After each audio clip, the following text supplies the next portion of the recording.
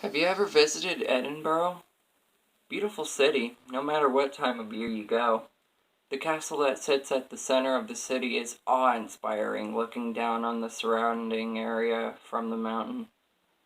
The peaks and valleys of the land have resulted in a city that flows with landscape.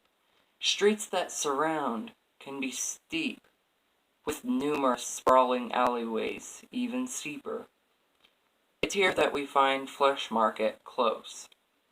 Could be mistaken for any other darkened causeway in the city. Sits among the shops and tourist traps, relatively non-threatening, and can be used as a shortcut to get down to the station if you're in a hurry.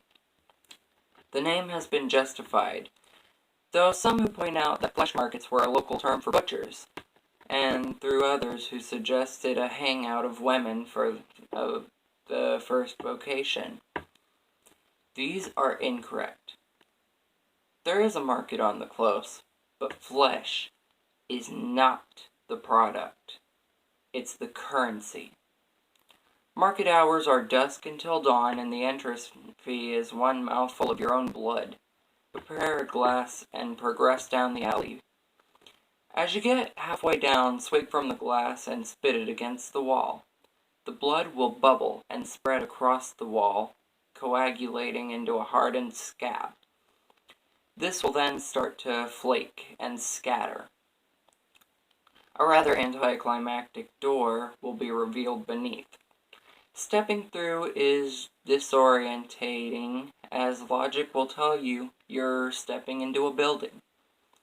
The place you're stepping into has no walls, with darkness shrouding the edges.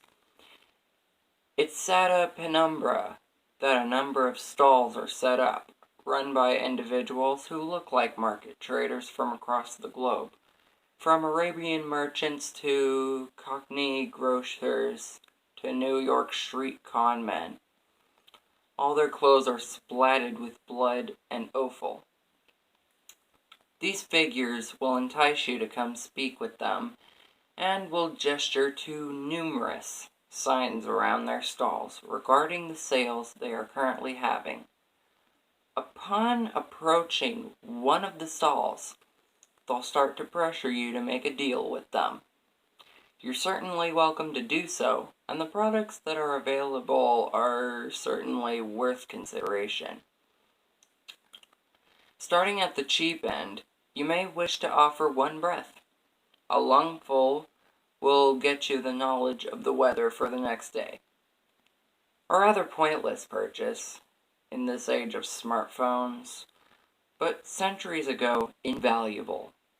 Taking this offer will result in the seller reaching out with his hand flattened, then quickly grasping it into a fist. The air will literally be stolen from your lungs and cause a few moments of gasping as you catch your breath. Are you attached to your fingers? How attached?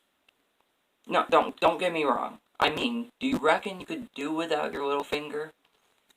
This sale will provide you instant forgiveness from any one person you desire for any wrongs you may have encroached against them.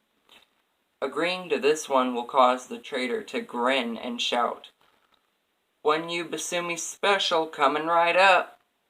They will lunge forward and grab your wrist, pinning it to the table. Don't resist, because no one likes a tough sale. A flash of steel, and you will be minus one digit. Just remember, you can only pay twice. Now make no mistake, it will hurt. There will probably be a lot of blood, and if you don't take care of the wound, it might even get infected. As the price goes up, you may want to consider taking precautions regarding what you trade. Now, some of the trades will seem familiar and may hark back to stories and legends that have existed for millennia. This is the influence the market has on our culture, leaching in over the centuries. A pound of flesh will make it impossible for the next person you make a trade with to renege on a deal. Especially useful if you don't trust the company you keep. It has no use within the market, as all of the traders here are trustworthy, and will honor a purchase to the letter and the spirit. Best to leave this one until last. How about one of your eyes? Depth perception is overrated anyway. Offering up one will allow you to converse with our avian friends. You'll be able to call down the birds from the trees, and they'll be able to answer any questions you might have. It's best to avoid ravens. They have their own agenda, and it's not in your best interests. The salesman will grab you around the throat and slowly pry your fingers into the socket. A snap of the wrist and your visual organ will rest in their palm. Another snap and it will disappear. It is at this point where you may want to consider stronger measures. In this strange little world of ours, the market is hardly the strangest. Artifacts and indications exist that can allow the body to continue to function, long past the point at which mortal coils will be shuffled from. One or two can be picked up here, but few are willing to live without their sexual organs. It seems eternity is that little bit colder without the ability to get your rocks off. I'm not going to go into detail as how they're taken. Just, assume it's messy. At this point, the price becomes a little more, how you'd say, vital. What would you take for your stomach? In this deal, it would merit you the ability to understand the desires of anyone you talk to. Whilst you converse with them, your mind will be filled with the images of that which they covet the most. This would provide a significant advantage to any budding salesman, and the deal has been taken up by several of the stall holders themselves. Some may argue that such a gift would be more poetically suited to the heart. By bartering with your heart, however, you can guarantee the happiness of any given individual for the rest of their life, however long that may be. The removal of these organs are painful, but the dealers will allow you a moment to prepare yourself before they produce a short, keen blade. They have unerring accuracy and a level of cleanliness that rivals any surgeon.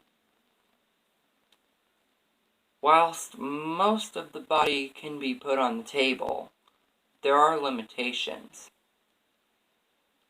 I say limitations. There was one individual who offered to lobotomize the part of the brain that holds memory as a part of the deal. Problem is, he can't remember what he got in return. I hear he suffered night terrors for the rest of his days. Now, at this point, up until now, I have detailed the price list of your own body parts. Whatever you do, don't attempt to purchase anything in the market with organs of another. Every figure in that market will stop and stare at you, and the one you attempted to fraud will scream, "That is not yours to trade!" Whatever it was you tried to bargain with, that body part will be taken from you as punishment. A very literal eye for an eye. Now, the market's been trading in blood and bone for as long as civilization has existed. Though the entrance has moved from city to city, many have visited and shook hands with the butchers. Not quite as many got those hands back. A smart man would wonder how it is that these individuals are capable of honoring the deals. A smarter man would ask himself why his body parts are of such high value. Just understand that it's supply and demand. As long as there are fools willing to supply, you shouldn't need to concern yourself with who's doing the demanding. I'm sorry it took me so long to do a story, guys. I've just been so busy.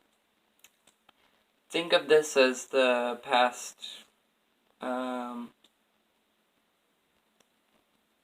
3 or 4, maybe 5. Anyway, see you in the next one. Bye.